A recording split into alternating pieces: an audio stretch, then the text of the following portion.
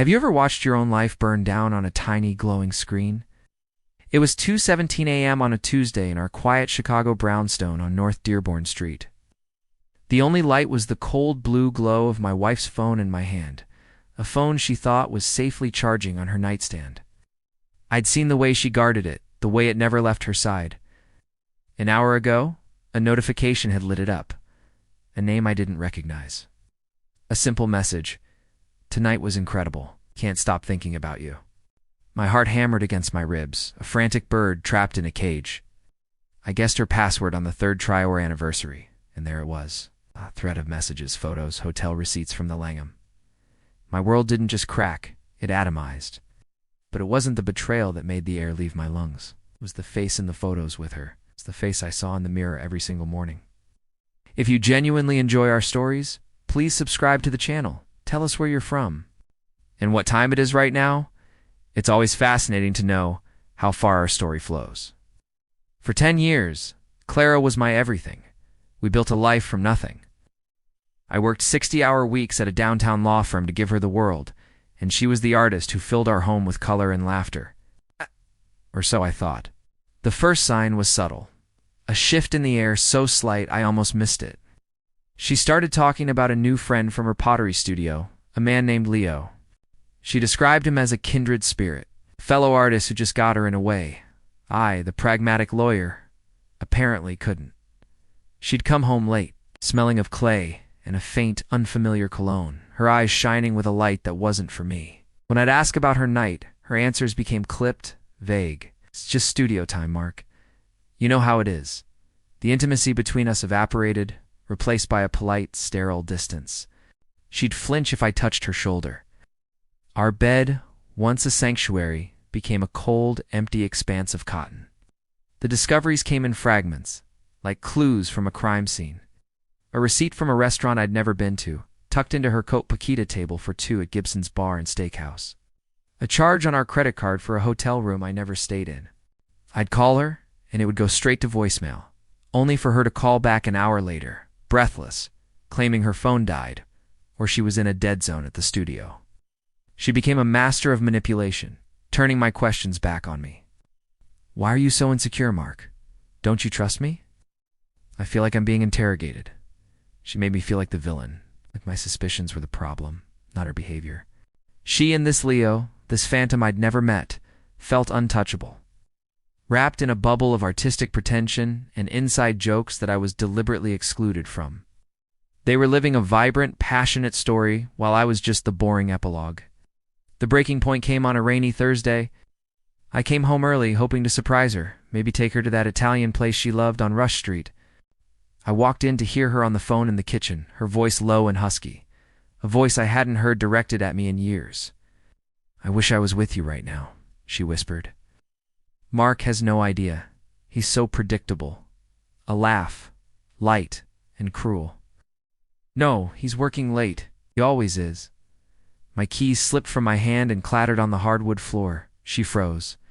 When she turned, her face was a mask of cold fury, not guilt. "You're home?" she said, her tone flat, accusatory. The phone call ended. That night, I lay in the guest room, the sound of my own heartbeat, a deafening drum in the silence. The man who had built this home, this life, was now a ghost within its walls. The humiliation was a physical weight, pressing down on my chest, stealing my breath. That was the night the loyal husband died, and something else, something cold and strategic, began to stir. That was the night I found her second phone. Wow.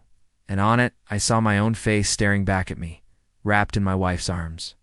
It was my twin brother, Ethan, my brother who I hadn't seen in 5 years after a bitter falling out. My brother, who had called me 3 months ago, his voice raspy, to tell me he had stage 4 pancreatic cancer and had moved to Chicago for treatment, hoping to reconnect before it was too late. Clara had known. She'd met him for coffee, supposedly to broker peace between us. Instead, she'd started an affair with my dying twin. The cruelty of it was breathtaking. They used his illness as their cover, his hospital visits as their rendezvous. My grief was their playground. From that moment on, I operated like a machine.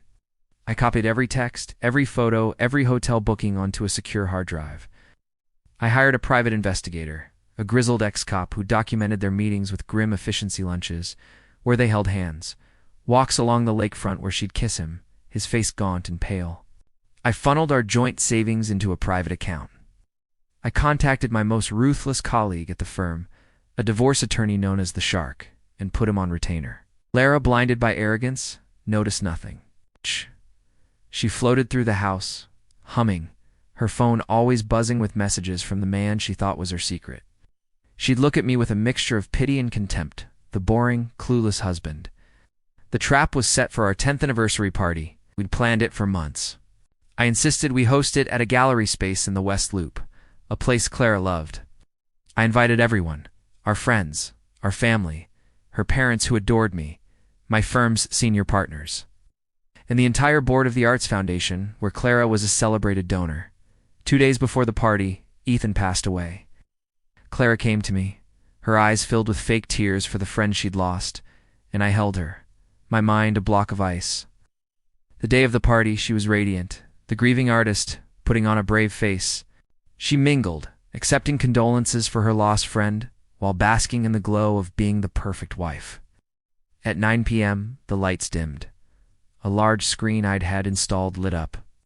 "A tribute to 10 years, I announced, my voice steady. The slideshow began with our wedding photos, our first apartment, our trips. Then, the screen flickered. New photo appeared. Clara and Ethan, kissing outside the Langham. A gasp rippled through the crowd. Then another photo, a screenshot of a text from her. "Mark is a fool. I only feel alive with you."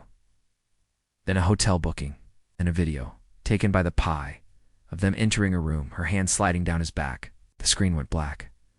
I turned on the lights.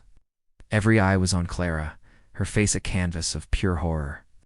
Her father was staring at her, his mouth agape. My boss looked at me, then at her, with utter disgust. In the corner, a man walked up and served her with divorce papers. The Shark had arrived.